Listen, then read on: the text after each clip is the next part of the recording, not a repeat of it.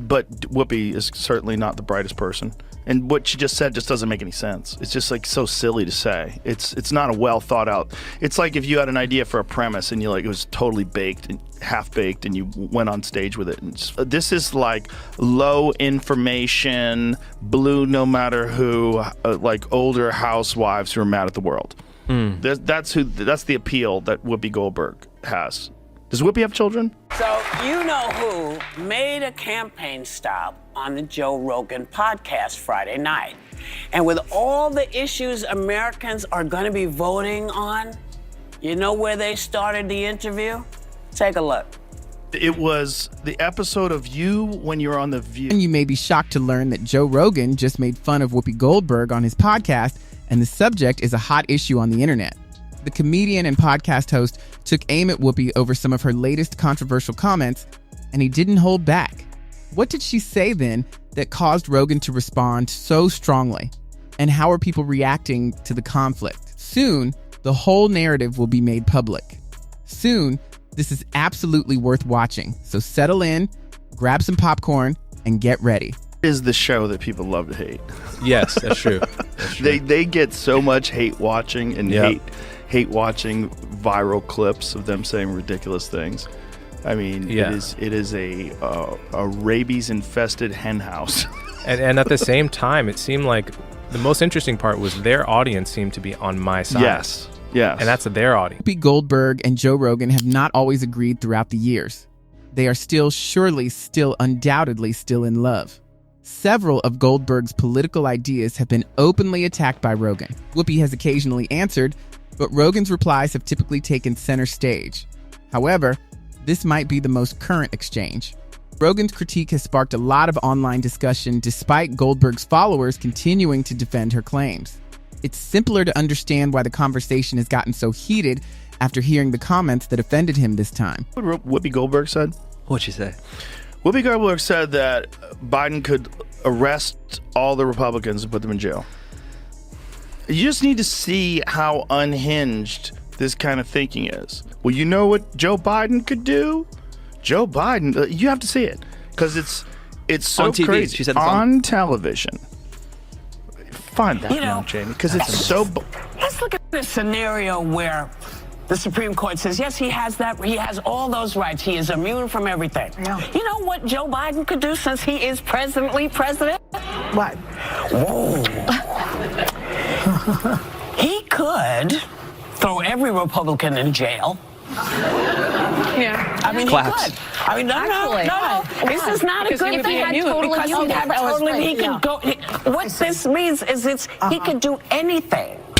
That's not what it means at all. Hearing was unbelievable even to Joe Rogan. That doesn't hold true from the perspective of a president. Such allegations, he claimed, moved the topic way beyond legitimate debate and into mere guesswork.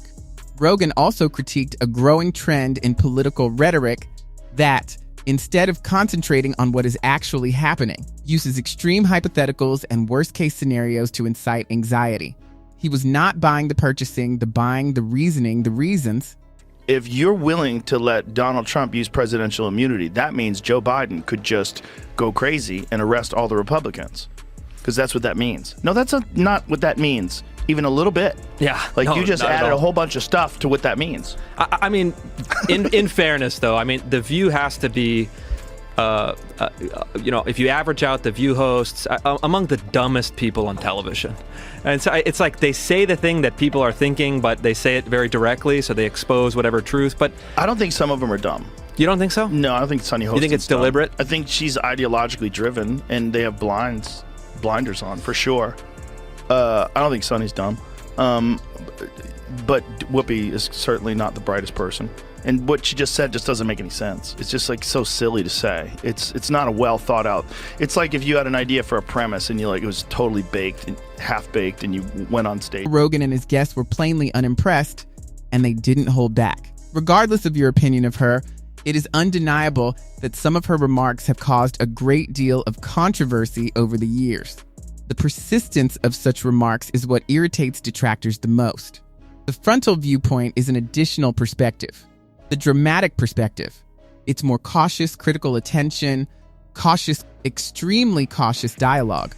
And that's exactly why Rogan decided to keep researching the subject because, in his opinion, there was still a lot to learn. There's nothing there. Sometimes comics do that. Yeah, and for fun. the other question is then, is that representative of a big constituency? I think probably yes. Well, a lot of MSNBC people, viewers are probably also thinking, I don't even think the MSNBC viewers. I think they're a little bit more sophisticated than that. Yeah. This is like low information, blue no matter who, like older housewives who are mad at the world. That's the appeal that Whoopi Goldberg has. Does Whoopi have children? No idea. It's interesting too, like really politically motivated older women who don't. Joe Rogan brings up a subject he believes merits discussion. There are many years, but Rogan wasn't very concerned about it. He was reflecting on how some people make decisions that take a very long time. According to Rogan, people are more likely to adopt a concept without properly weighing its long-term effects if they don't feel personally invested in it. Whether you agree with the idea or not, it has generated a lot of discussion. Rogan's thesis focused on a philosophy that, in his view, permeates many aspects of modern politics and culture in addition to a single individual. His remarks as a result. And as you're about to see, he takes that argument a step further with an observation that many people found interesting. There's a lot of young, like hot Republican women that are social influencers now too, which is hilarious. Yeah. It's fun. It's fun to see like these trends. You see them in things where people realize like, oh, this is a path to success. I'm going to be a black Trump supporter. Totally. You know, they just run with it. Yeah. You see a little bit of that. But I feel like with a lot of moms that I know that were like hippies. They were like, and then they had kids and they're like, this, like immediately. Like a buddy of mine's mom who was like super left wing, full on leftist. She had kids, and then the riots and COVID and all the chaos. She's like, this, like it red pilled so many of those folks. They're just not talking about it. Many right-wing critics claim that the most recent elections were an expression of rising dissatisfaction with leftist message and policies. They assert that voters believe that voters are becoming current voters, are becoming more current voters. It is becoming political debate. In particular, some parents say they are focusing more on issues related to education, public safety, and the morals their children are being taught. These grounds are abstract political. Their daily lives are impacted by these problems. Many are therefore reconsidering their political positions and endorsing people they feel more accurately reflect their issues. This is a portion of what Rogan was talking about.